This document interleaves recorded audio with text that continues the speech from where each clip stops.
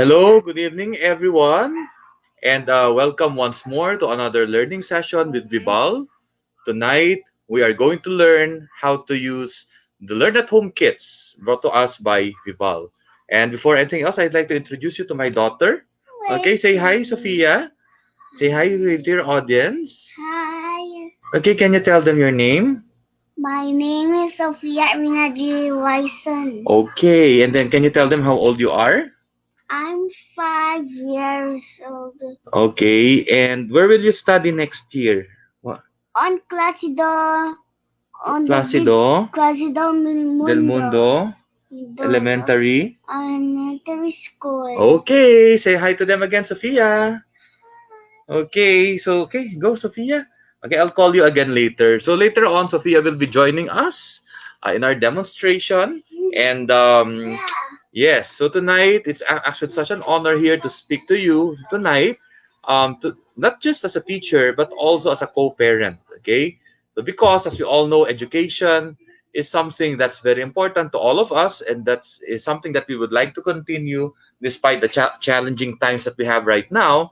So I'm actually so happy. I'm so glad to introduce to you Vibal's learning kits, no? Learn at home kits. So today, that's what we're going to be talking about. Okay, we'll be looking at the different learning kits that Vibal has in store for us, things that we can use at home. Okay, so give me some time. I just like to show you my slides. Okay, there you go.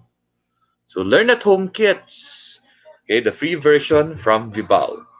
Okay, so learn at home kits, I think, personally, for me, these are very, very helpful, especially during this time of the pandemic, during COVID-19, because we'll be able to use these materials at the comfort of our own homes. That's why they're called learn at home kits. Okay, and it's actually a complete learning toolkit, and the free version is good for 10 weeks. Okay, the the entire set comprises of different materials. Okay, so first, we have the Teach at Home guide, which we'll be looking at later. It will tell us what to teach and how to teach our kids. We also have reading supplements that we can use in order to expand the lessons that our kids are learning in school. And at the same time, we also have activity sheets, things that we can use in order um, to deepen our understanding of learning. Okay, and of course, you have test booklets that will serve as an assessment tool for all of us. Okay, so what is the Learn at Home project of Vibal? Okay, this Learn at Home project or learning toolkits is one of Vibal's offering, one of the different ways by which Vibal is showing its corporate social responsibility. It has a free starting kit with learning materials so that kids can do schoolwork in the safety of their own homes. Okay, this is a public service project of Vibal for donation through DepEd, LGUs, or other sponsor organizations. So if you're watching and you are a barangay official or a parent, feel free to download these materials later on at the Vibal's website. I'll show you later the URL for Vibal's website, and then you can actually have it printed and distributed to your constituents for free. Okay, and if you're an NGO and if you are helping a community, then this is also something that you can use. Okay, you are free to download them and print them out. Although of course you also have our full version, okay, which you can purchase by talking to our Vival representatives. Okay, so this free Learn at Home kit is good for 10 weeks, but the full version is good for a year. Okay, so these are available in print or in digital version, and they're very easily accessible. Okay, so our Learn at Home kit, as I've mentioned earlier, comprises of the following components. You have a test booklet, which I'll show you how to use later on. Activity sheets, okay, for performance tasks and graphic organizers. Supplements, meaning supplementary activities, readings, and parents' guide. So that we as parents will be able to teach our kids. Okay? So para po sa mga magulang, inuulit ko po, napakahalaga po na ang ating mga anak ay patuloy na mag-aral, patuloy po silang matuto sa kabila po ng pandemya na nararanasan natin ngayon. Napakahalaga po niyan. no? Because education like food is really a necessity. Mahalaga po na ang mga bata ay makapagpatuloy ng kanilang pag-aaral sapagkat alam naman natin na hinahanda natin sila para sa kinabukasan, no? At gusto natin siyempre na maging ligtas ang pag-aaral ng ating mga bata, kaya marami siguro sa atin ngayon talagang we would prefer to have them homeschooled, no? Or if they are enrolled in schools, then we would like to have like distance learning arrangement or multimodal, or we can have multimodalities para sa kanilang pag-aaral. I'd like to make a disclaimer. Now, when I say education, I don't only mean like studying, exam, and grades. Hindi po ganun, ano? By education, what I mean here is yung learning po, no? Yung pagkatuto ng ating mga anak. Naniniwala po ako na yung mga anak natin, no, kahit naka-lockdown po tayo, pwede namang tuloy-tuloy tayo mag-aral. Kagaya namin ni Sofia, magmula po nung March, ang dami na rin naming na-cover na lesson, no? Ang dami naming mga books na nabasa, no? Nakapag-practice kami ng basic operations, no, ng addition, subtraction, multiplication, etc., no? Dito po sa bahay, pero hindi po ito isang bagay na pinupuwersa din sa mga bata, no? So later on I'll give you some learn at home tips that I personally learned and I'm personally following, no, when teaching Sofia dito po sa bahay. Ayan. So also, no, ito pong learning toolkits is a good way, it's a starter kit for us to be more familiar with the new normal, with the new now for education. No? So ating government officials, we all know that they've been talking about this for quite some time now, and we've been hearing a lot of TV shows, and we are actually wondering how education will look like. And so this is one of the steps that the VIBAL is taking to help us usher in this new normal. No? And at least that we're going to have for like what, this year, next school year, we don't know. Okay, so there. These learning toolkits are available in 5 subjects, namely math, science, Filipino, English, and Araling Panlipunan. Why this 5? Because in this 5, we can see we need to we're able to develop the different 21st century skills that our kids need to learn, namely numeracy, literacy skills, scientific skills, collaboration, creativity that they can use in addressing different social problems, social situations. No? So napakahalaga po na itong basic skills na to ma-master ng ating mga anak dahil ito po yung gagamitin po nila sa iba't ibang subject, sa iba't iba pong larangan, no, pagdating ng panahon.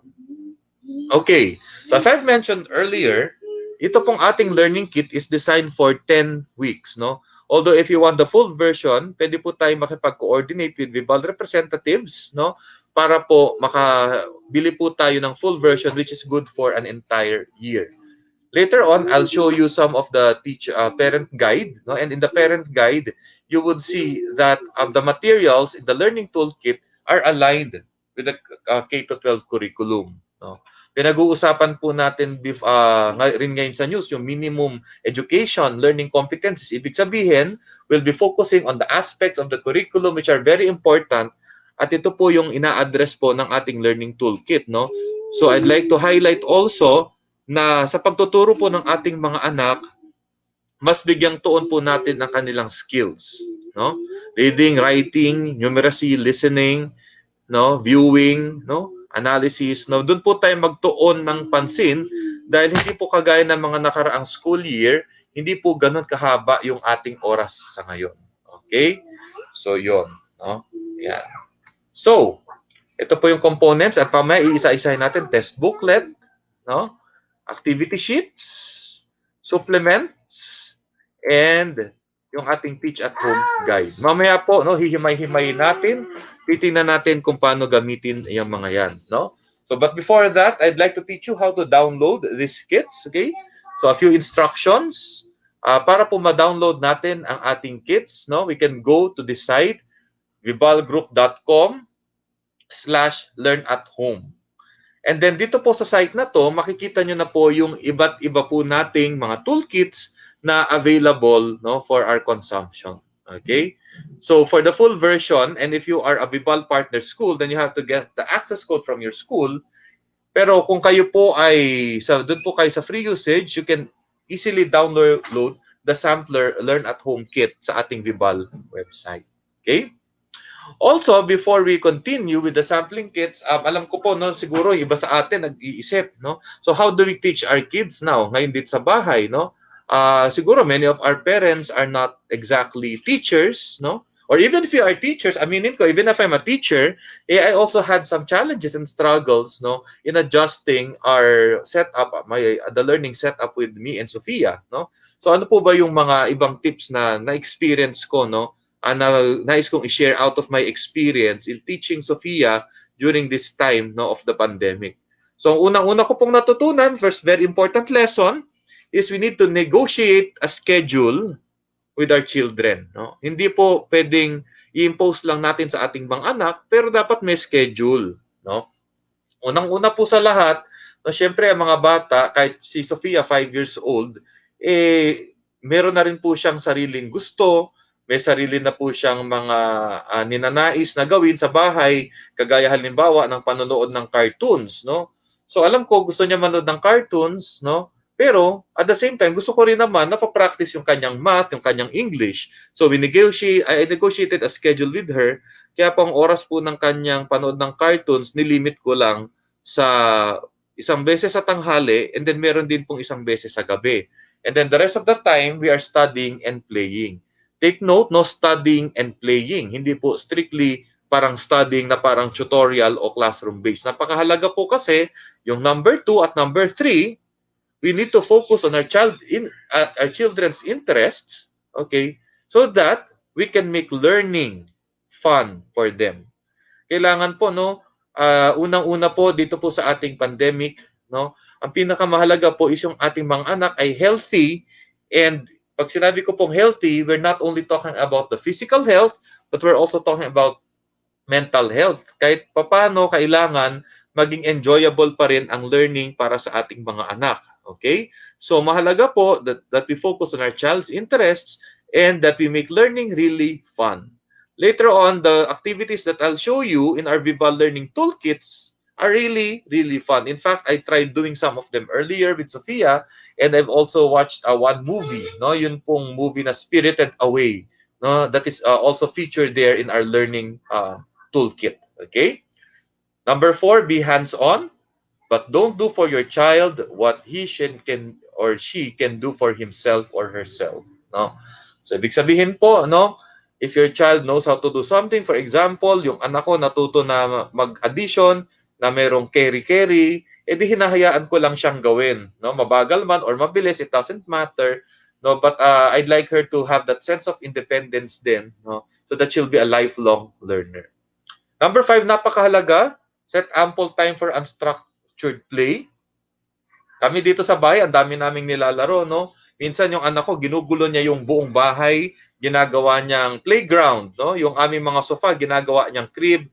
Dito sa labas, no, meron siyang maliit na space dito, nagbabike-bike siya, no? So napakahalaga po na pwede po nating may mga ganun pa rin tayo activities, okay? And then, set clear the rules and then set rewards and consequences, no? So dapat alam din natin ng ating mga anak kung ano po yung tama at mali. And number 7, we need to give emotional support for our kids, no? Especially during these trying times na yung anak ko nga namimiss na rin yung mga kanyang kalaro sa school, pero hindi naman sila pwedeng maglaro, no? Kasi nga tayo po ay naka-lockdown. So yon, no? So now we are now going to the different learning toolkits, no? And then we will begin with the guide, no? We're going to begin with our guide, okay? So dito po tayo magsisimula sa ating guide. And I'll be using the primary guide, no? Kasi pare-pares naman po yung template niyan. We are, using the same template. So I'll be using the primary guide, no? So give me a few seconds. I'll show you something, no? I'm going to show you some of the contents of the guide. Sige po. Okay. Okay, there you go. Okay. So ito po yung ating Teach at Home Primary Guide, no? primary students. Okay? So, mga grade 1, grade 2, yan po, no? So, for primary, okay, let me show you the features, no? So, first, no, I'd like to show you again that, each guide comes with the test booklets, as I've mentioned, and we'll go through them later. Okay? Activity sheets for performance tasks, graphic organizers, no, to help our children, organize their thinking, and supplementary readings. Okay, we'll go through each of these in detail later on. But first, what I'd like you to focus on, no, as parents, is yung tinatawag po nating um, tawag rito yung ating learning competencies called from the Department of Education Guide. Okay? So kung papansinin po natin, ayan, meron pong binibigay na prescribed schedule si Vibal kung paano po natin gagamitin ang ating toolkit. Ayan po, no? So kung papansinin po natin, yung ating chart, naka-classify siya sa duration of the lesson. Ibig sabihin, ito yung ideal time na iti-take up yung mga lessons. Although, give or take, pwede po yung plus and minus. No? Again, we have to look at the pacing of our own children. And then, these are the learning competencies called from the DepEd Guide. Okay, we've selected the most important competencies for a certain grade level. Okay? And then, some activities in the activity book and items in the test booklet. I'd like you to focus on this kasi po, pag po tinuruan natin yung ating mga anak, ito yung ating magiging goal. Okay? Ito yung ating magiging goal. Kailangan kasi makita natin na yung mga anak natin kaya ang mga gawin yung mga nakalista dito. For example, okay, for oral language, it says here that our children should be able to talk about oneself and one's family. So, ibig po sabihin, meron po tayo ditong oral communication skill na tinitingnan. Okay? And then, our children should also be able to talk about one's name and other personal information. So, ito po yung ating goal. No? Ito po yung ating gusto nating makita sa ating mga anak after the activity. Okay? Or after our teaching. So, hindi po tayo magtuturo kagaya nung araw na okay, ito ibig sabihin ng noun, ito yung verb, okay na, no? Tingnan po natin yung mga objective kasi ito po yung mga skills na kinakailangan po nilang ma-master. Ngayon po, tatawagin ko na si Sofia, no? And I'll show you kung paano po halimbawa ina-address ng Vibal itong dalawang skill na to, no? So let's go through our activity sheet, no? Ito activity sheet na to, this is a performance task for writing. Although I can use it as a springboard for ano po, no? We can use it as a springboard for oral communication skills. Okay. So, one of the things siguro that I'd like us to do is for Sophia to, be able to introduce herself. Sabi natin kanina, talk about herself and talk about the family. So, I can use the questions here in the guide. Yung what is your name, where do you live? And then after that, no, I can give other additional questions. Okay, come here, Sophia. Sige. Okay, Sophia, you introduce yourself again to our viewers. Okay, please sit properly. Yes. Yeah. Okay, sit properly, Sophia. Okay. So it's important, Sophia, to introduce yourself to our viewers. Are you ready? Yes. Okay. So can you tell them what's your name? Sophia Irina G. Wilson. Okay, louder, please. I am. I am Sophia Irina G. Wilson. Okay, that's great. And where do you live, Sophia? Where do you live? In Kings Point. Kings Point, where? In what city? Kings. What city? We live in Quezon. Quezon City. Okay, great. And how old are you? 5 years old. Louder, please, louder, so that they'll hear I you. am 5 years old. Okay. And what are the things that you like to do? I want to build a crib. You want to build a crib. What else do you want to do, Sophie? I want to play. Play? What else do you do? How about in the garage? What do you do in the garage in the morning? I want. You want to? What do you do? To die the bad guys. Ghost No, so, bad guys. oh, no. Okay, well, bad guys, you want to run after bad guys? What are you riding? You're riding your? Okay, you're riding your bike. But I JBs have a power. Oh, you have a power? Nice. Okay. Can you tell me about mommy? Is mom and son. Is mommy Sandy? And how is she? Mommy Is is? loving me. Wow, it's a loving mommy. So thank you, Sophia. So if you're able, meron pa later. Later, come here, just stay here, okay? So if you're going to notice, I'm just using these guide questions and I'm trying to probe more into, how she feels, about her personal information with the use of these probing questions. Now, later on, after our webinar, what I'm going to do is I'm going to ask her to, okay, Sophia, wait, I'm going to ask her to write a paragraph about it.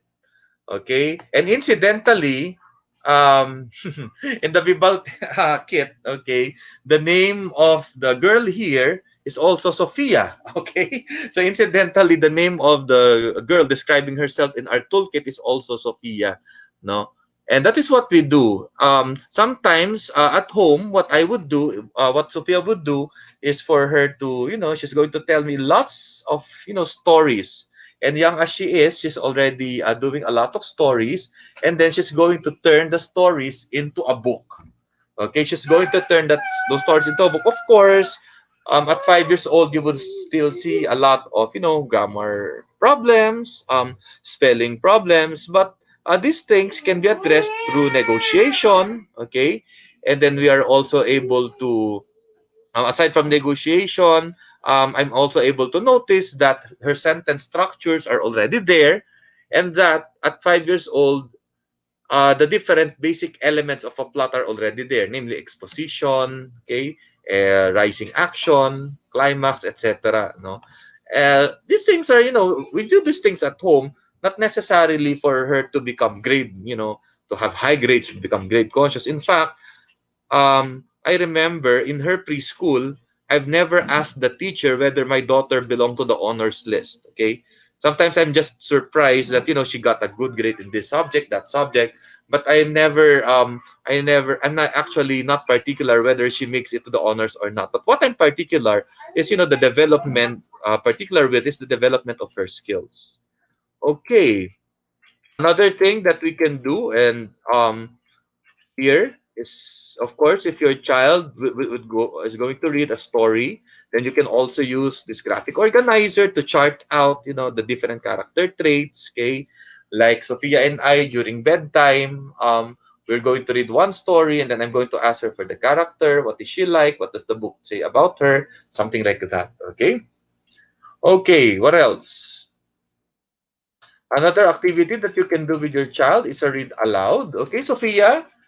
Okay, let's go read aloud. So sometimes that's what we do. Sophia and I would have read aloud sessions here at home. And then after that, we'll talk about it. We'll have some questions and answer portion. Okay, Sophia, we practiced this earlier, right? You've seen this one? Yes. Okay, come here. So that people can see you. Oh, sit properly, Sophia. Okay. Okay, so let's read this poem. Can you read the title of this poem? What does this poem? Okay, let's read, Sophie. Ah. How? This one. Louder, so that people can hear. How do you do? Okay. How? How was your day, my dear friend? How did your How did your precious precious day go? Do you dito muna anak, the day has come to an end? Do you wish it has not so? Okay, thank you, Sophia. I'd like to ask you, so how was your day, Sophia? With your friends Okay, she wants to finish the poem. loved Once aunts, I hope hope you had so much fun. I wish you ran more than once and then basked basked in. in the warm sun. Okay, thank you, Sophia. So, how did your day go? Did you have a good day today? Yes. Oh, that's nice. Oh. So, what did you play outside? What did you play outside? You played with what? A bike. Your bike. That's nice. And there And has then a power. a power. Your bike has power. That's so nice. Okay, thank you, Sophia. Oh, you may watch your cartoons now. Thank you. Watch cartoons. Okay, ayan po. So, si Sophia. Yan yung sinasabi ko po kanina, no? So kapag yung bata merong nagawa na maganda, then we have to reward the child, no? Kasi po, sa totoo lang, oras na po ng cartoons niya. Meron siyang inaabangan na cartoons pag 7:30 hanggang 8:30. So I have to let her go. Ayan. So yun po, no? And then after that, no, after reading it with your child, you can have a little bit of conversation about how the day went, okay? The favorite activities, about the friends, about the loved ones. Okay? So that's one of the activities that we can do here in our Vibal kit, no? So this one, the activity sheets would be the collection of the different performance tasks. Okay? So there are also puzzles, okay, that you can do. Okay, if you want your child to learn how to the structure of a story, at a young age, then you may go ahead and do so, no? Sayang nga lang, there are also books that Sophia has written. Of course, like what I mentioned, the sentence structure, the grammar, the spell is not perfect, but that's fine because I'm already seeing how she tries to run the story in her mind. Okay? So activity sheets for intermediate. Okay? So of course, we go a notch higher. Okay. So for intermediate, maybe one of the things that we can also ask them to do, okay, so that one is writing and oral communication for primary. This time, it's writing, and if you want to extend it a little bit, oral communication for intermediate. Okay. So this is a project that they can do in English, and maybe if you want, you can also link it with social sciences or araling panlipunan. Okay. So this one, writing a tour material. Okay. Do you feel proud of your identity as a Filipino? Okay. Would you like it if people from other countries come to visit? So I think it's important for you to ask these opening questions and not head toward the activity right away. Because these opening questions will give your kids that sense of imagination. Okay? So that your child can imagine himself or herself within a bigger context, which is in this case, no, being a Filipino. Okay? Alam niyo po, napakaraming pwedeng gawin dito sa activity na to na writing a tour material. Okay? Kasi po pwedeng nang i-discuss ang ating mga anak yung local tourism, yung ating local site sa ating lugar, no? Halimbawa po, no, kung kayo po ay taga Marikina, ayan, no, kung kayo taga Marikina halimbawa, no, at yung mga magulang nyo po talagang nung araw pa nasa Marikina, napakagandang activity po nito. Bakit, no?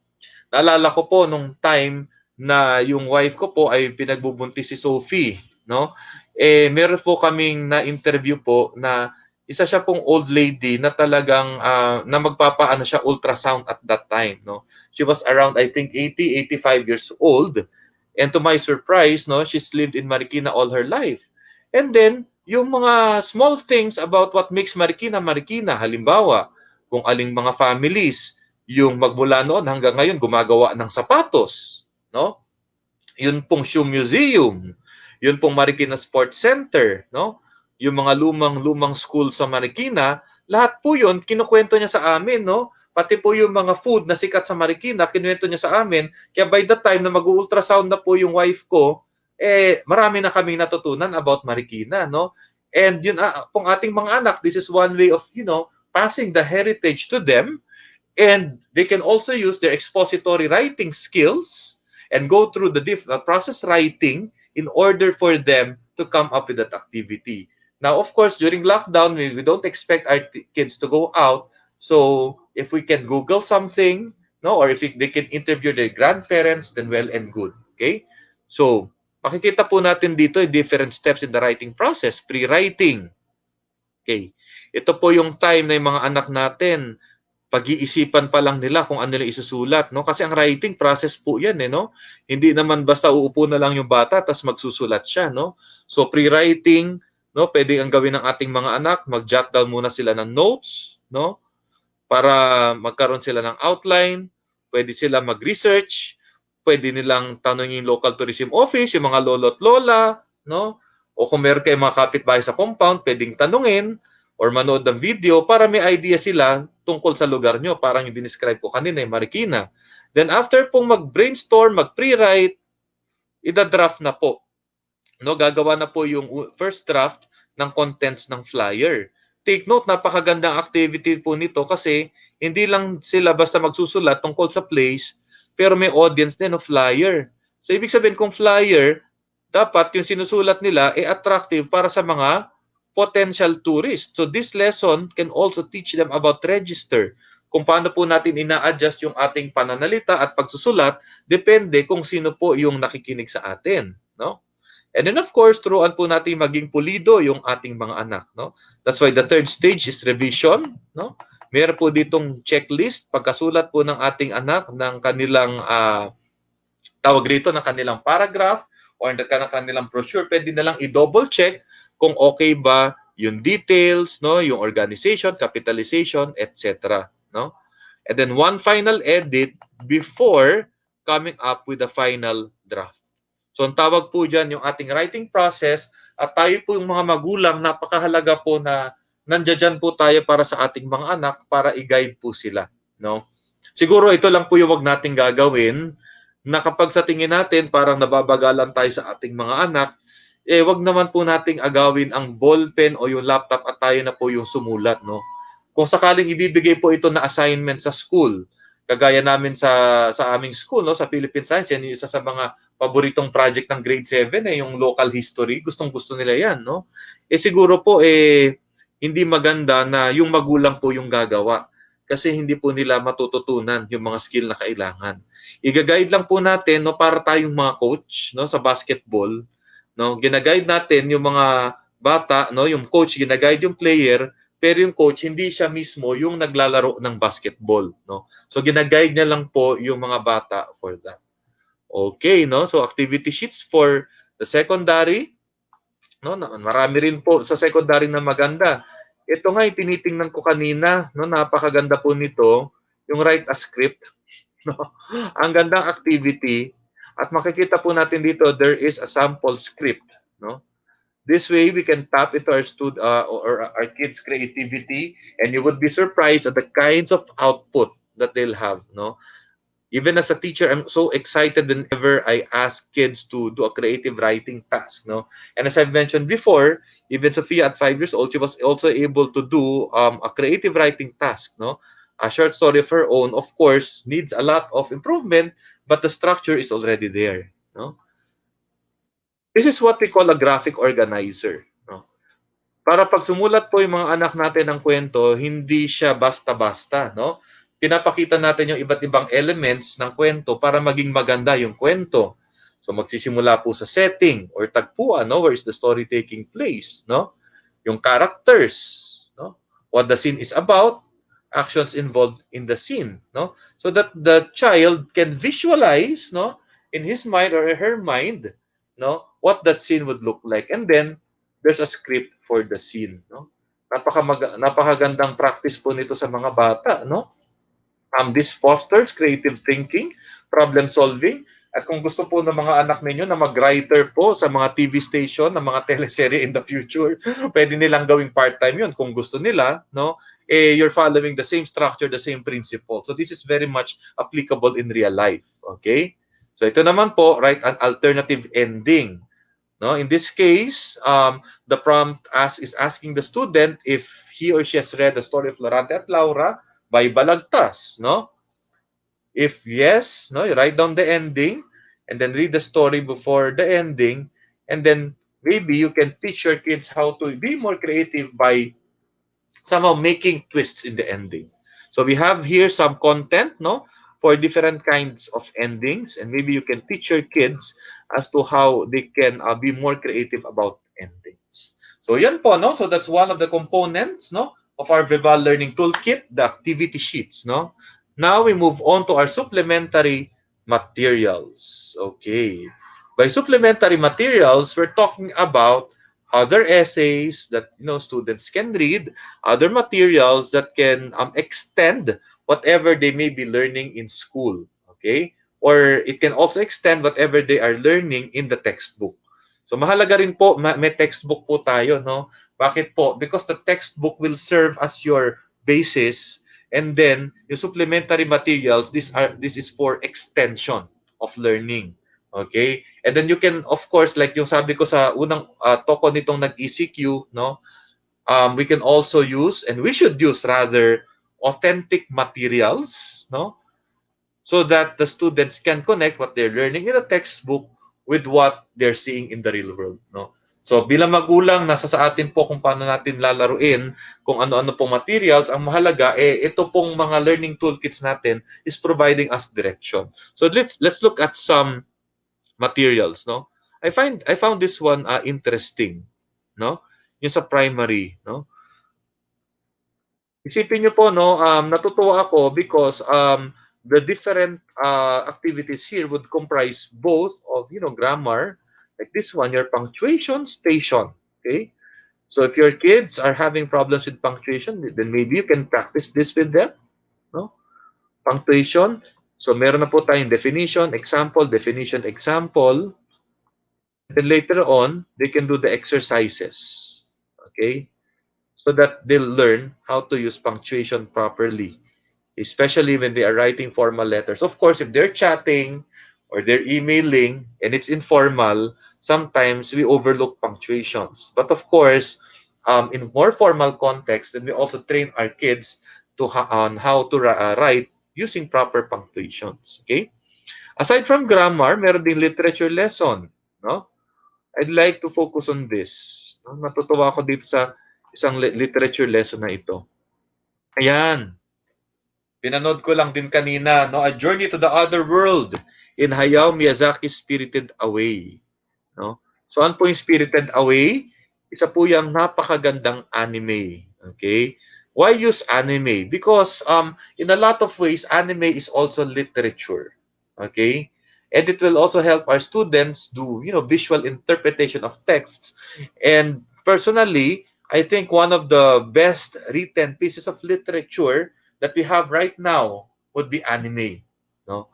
In particular, itong Spirited Away, this is a very powerful tool, no? Although even if we can find it in the primary toolkit, personally, I think we can even use this material for intermediate and even for high school, for secondary. Okay? So in my experience as a teacher, I've always used anime to teach about imagery, about symbol, about plot development, no? And so many other concepts in literature, no? Ang favorite ko lagi na tinuturo sa mga bata na alam nila yung Naruto, no? Because it makes use of that what they call this plot development na en media res, no? The begin, in the middle. And then as the character moves toward the future, now, things about the past are also being revealed. So, it's very interesting, no? In one of my English classes, eto, higher level na to, no? A senior high, no? I had a student who also written a research on literature comparing Naruto with Harry Potter, no? Ang dami kasi nilang points of tangency, but there are also lots of points of differences. There are also lots of deviations, and that is something that you can explore when you teach literature to kids. So yes, no, we can guide our kids as they watch anime. Ano na ba anime na nagamit ko sa class? Naruto, no? I've used that. I was able to use Kimi no Nawa, Your Name, no? That's a very good anime then, no? And then this one, no? I'm also excited to use this, no, in class, no? And so many other anime, no? Sometimes even Assassination Classroom, no? Si Koro Sensei, if you're familiar with Koro Sensei, no? Ang dami, napakarami pong anime na pwede nating magamit. Okay? So, yan. So, this text naman po, no, is an example of literary analysis, no, that I think, elementary and early high school students can do, no. We're not going to read through everything, but this is a good example of a critic paper or an analysis paper, no, that young as they are, we're already training them how to watch critically. Hindi lang yung manonood tayo and then matutuwa na tayo, no? And then we're going to clap our hands after, no? So we are teaching our kids how to, interpret different media productions, no? Very carefully, himay-himay yung different elements, okay? So for supplementary materials, okay, other supplementary materials, okay? Ito po, no? Parang children's book naman ang dating nito, no? So pag children's book naman, pag kami ni Sofia nagbabasa ng children's book, lagi po kaming tumitingin din sa picture, lalo na sa mga bata, no? Napakaganda po pag yung bata, they can recognize the connection between the picture and the text, picture text, no? And then you would be surprised, no? Yung mga bata, they won't be only be able to remember the characters, but they will also understand the plot and get the moral lesson by themselves, no? With the help of these pictures. They're a very good scaffolding tool, no? For developing literacy. Ayan po, no? So, supplementary materials for secondary. Okay? So, ayan po. Ito pa rin yun, no? Writing a plot. So, kagaya ng kanina na pinakita natin sa activity sheets, no? Pinakita natin sa activity sheets kanina yung chart on how to develop a plot. At this time, you can let your child read this para naman they will know how to develop it. No? Ito naman yung content. Ito na yung specific steps on how they can develop their own plot. Ayan. So, very scientific way of developing a plot. No? And you would notice any show that we watch, no, there's a certain formula that we follow. There's a certain formula for plot development. And it's very good if you're going to be aware of that. Ayan. So, yun po, no? So, sa totoo lang, ito, yan. Yung Freytag's triangle, yan lang naman yung kailangan ho nating ma-memorize pagdating sa plot development kung yan po yung ating ituturo sa ating mga anak. Yan, sige po. Let's move on. No? Yan, marami pa po tayong titingnan. Next, na gusto kong ipakita po sa inyo ay yung test booklet, no? I'd also like to teach you how to interpret a test. You see, a test is not just what they call this, about getting the right and wrong answers. Okay? So para po sa ating mga magulang, ang mga teachers natin, alam na yan, na ang basis po ng ating test ay yung tinatawag nating Bloom's taxonomy. No? Pero para sa ating mga parents, no, I'd like to show you that questions in a test, no, have a particular purpose. No? There's a certain skill that these tests would like to see from our kids. Kaya po siya naging test. Okay? So, ito po, hindi ko na babasahin yung reading, hindi ko rin ibibigay yung mga sagot, but what I will tell you is how the test questions are designed. Okay? So, halimbawa, tingnan po natin yung question number 2. No? Kasi po, yung reading kanina, it's a myth. No? Isa siyang example ng mitolohiya. So, let's look at question number 2. No? Ang tanong dito, which of the following is not a purpose of a myth? Ito pong tanong na to ay tinatawag na po nating higher order question. No?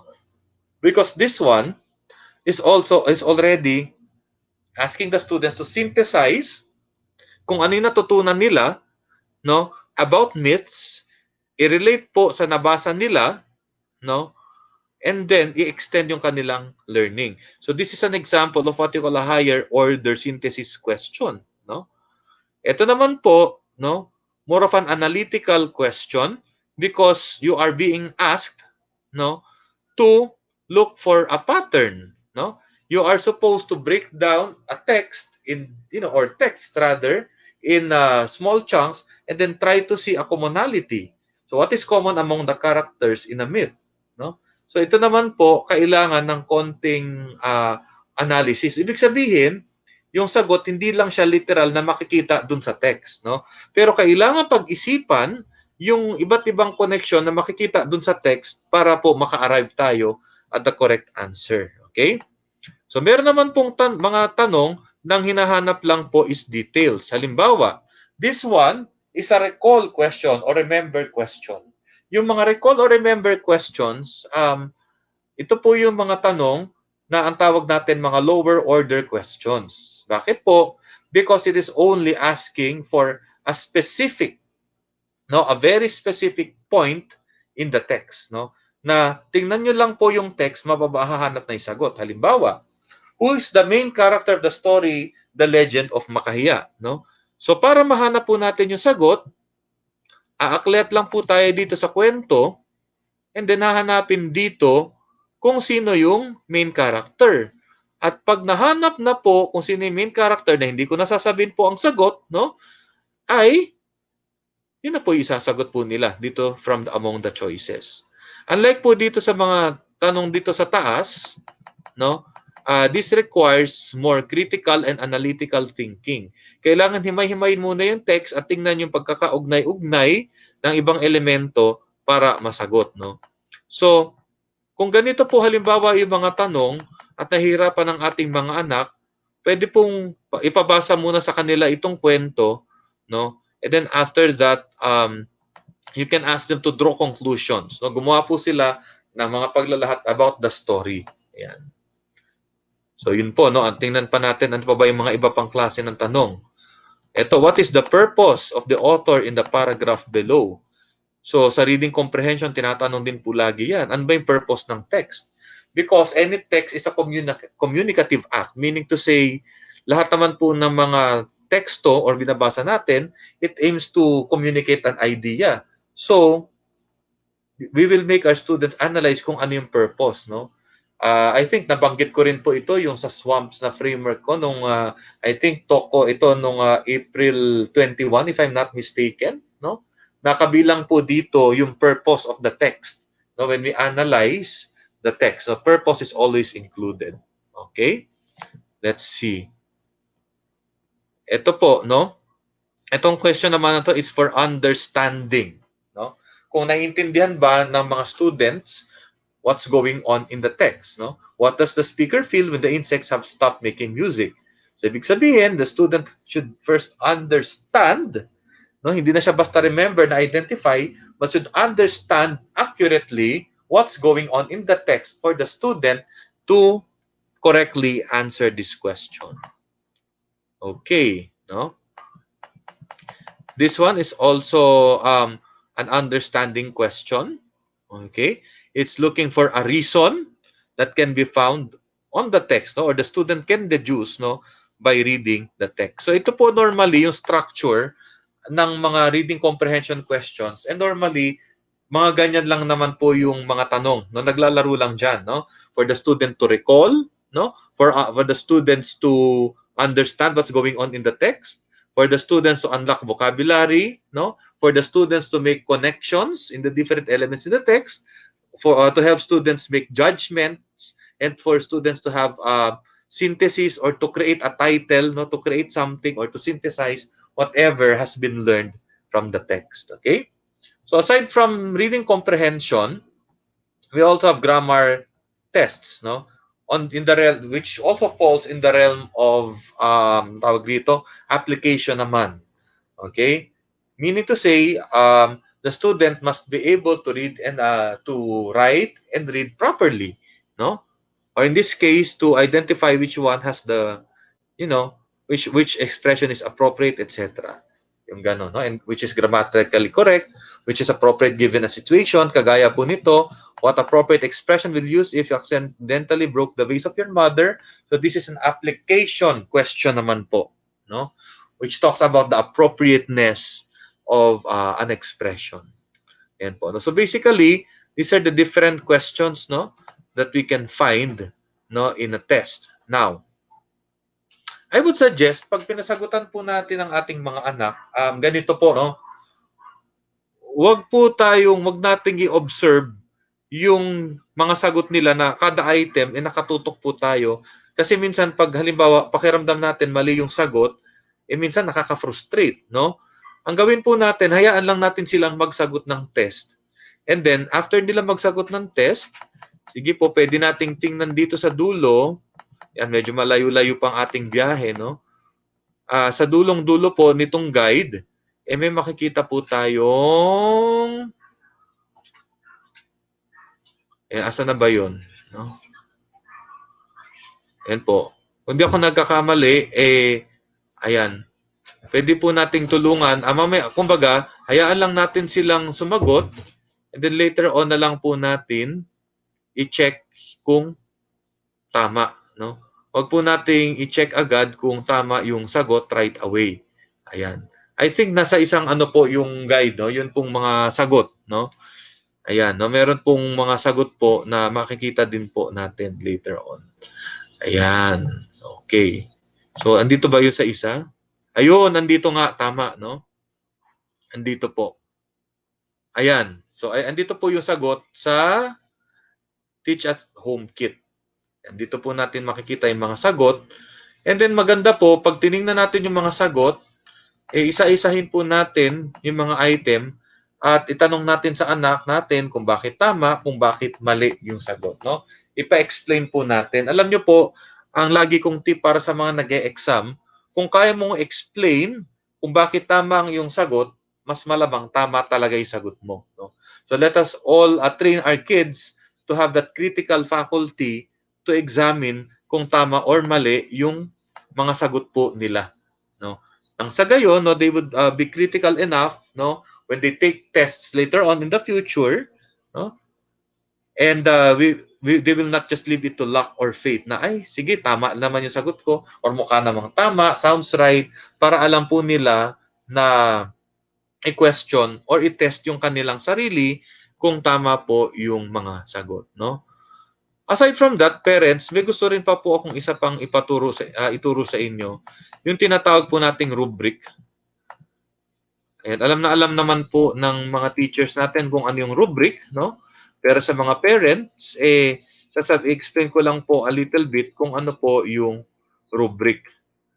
Ayan, no? At marami po tayong rubric po dito sa ating Vibal Toolkit. Ayan. Ayan, napakarami pong rubric na pwede po nating gamitin, no? Pag sinabi po nating rubric, ito po yung isang tawag rito, measurement, no? Measurement po ng qualitative measurement ng performance ng ating mga anak. Okay? Halimbawa, pag ang students halimbawa natin o yung ating mga anak, pinagsalitaan natin, okay, can you introduce yourself? No? Hindi naman natin pwedeng sabihin, okay, 100, very good, perfect. No? Kailangan meron pa ring basis. No? And, no? Yung basis natin, makikita po natin sa rubric. Ngayon, itong mga rubric po dito sa ating toolkit, pwede po natin siyang gamitin pero hindi naman kailangan na lahat po ng criterion magagamit natin. Ito po kasi yung part ng rubric, no? Meron po tayong mga criteria, no? Ito po yung mga areas na gagamitin natin para i-judge or i-evaluate yung performance ng ating mga anak, no? At meron din naman po tayong tinatawag na bands, 4, 3, 2, 1. Yung mga bands naman po, dito po natin makikita yung description, no, ng quality ng performance ng ating mga anak. Okay. So halimbawa, no, kung sa bahay niyo po may tatlo sila magkakapatid, pwede po niyo po sigurong gamitin yung criteria na participation saka cooperation, no? Kung balak niyo gamitin sa kanila, no? Pero kung mag-isa lang po yung ating anak, kagaya ni Sofia, mag-isa lang po siya, hindi ko nagagamitin yung participation saka yung cooperation. No? Kasi hindi po siya applicable. Okay lang naman yon dahil ang mahalaga naman matuto yung ating mga anak. No? Pero kung kaya niya pong mag-cooperate, mag-participate, siguro through online media later on, no? Pwede naman. Okay.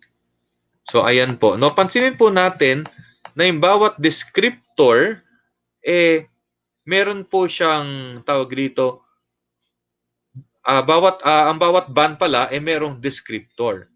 No? Halimbawa, dito po tayo sa medyo madali-daling interpret, yung oral presentation. Oral presentation includes many details. So, ibig sabihin, kung i-grade ko yung anak ko, depende ito sa content. So kung pulido yung content ng anak ko at maraming detalye, perfect score, 4. Pero kung yung anak ko naman, may mga things sa presentation niya na hindi niya na-explain, ang i-grade ko, 3 lang. Pag konti lang yung na-explain ng anak ko, 2. Pero kung wala naman siya na-explain na maayos, 1. So ganun po, para siyang ladder. Okay? So para pong ladder ang ating rubric.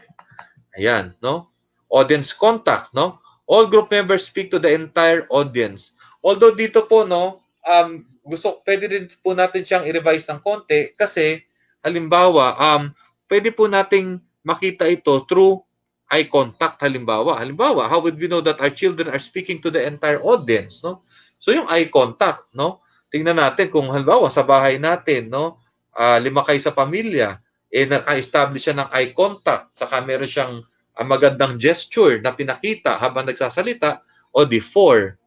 Kapag ka naman medyo may kulang sa eye contact, 3. And then, pag konti lang, 2. Pag wala, 1. So, ganun po mag-work yung rubric, So, tinitingnan po natin kung ano po yung quality ng performance ng ating anak, saka po natin i-grade.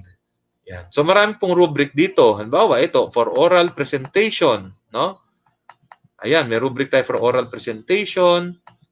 May rubric tayo for song. Okay? Pati sa art meron, Kung gusto nating pag-drawingin yung anak natin at meron sa performance task ng drawing activity, yan, pwede po natin itong gamitin. Ano pa po? Poster making, word problem, Alam niyo po, yung paraan po ng pagtuturo din ng math, although hindi naman ako ang naka-assign para sa math, nag-iba din kasi may kinalaman na rin sa English, Pansinin niyo po na the student should be able to explain their work. Hindi po kagaya. So, ayan, nag-merge na rin to with English. Hindi kagaya nung araw. Basta tama po yung ating sagot, perfect score na. Ayan. So, yun, At marami pa pong mga iba't pa pong rubric. Yan, group activity, Mapa-online man yan or mapa face-to-face, sa ating bahay. Pwede po. So, ayun.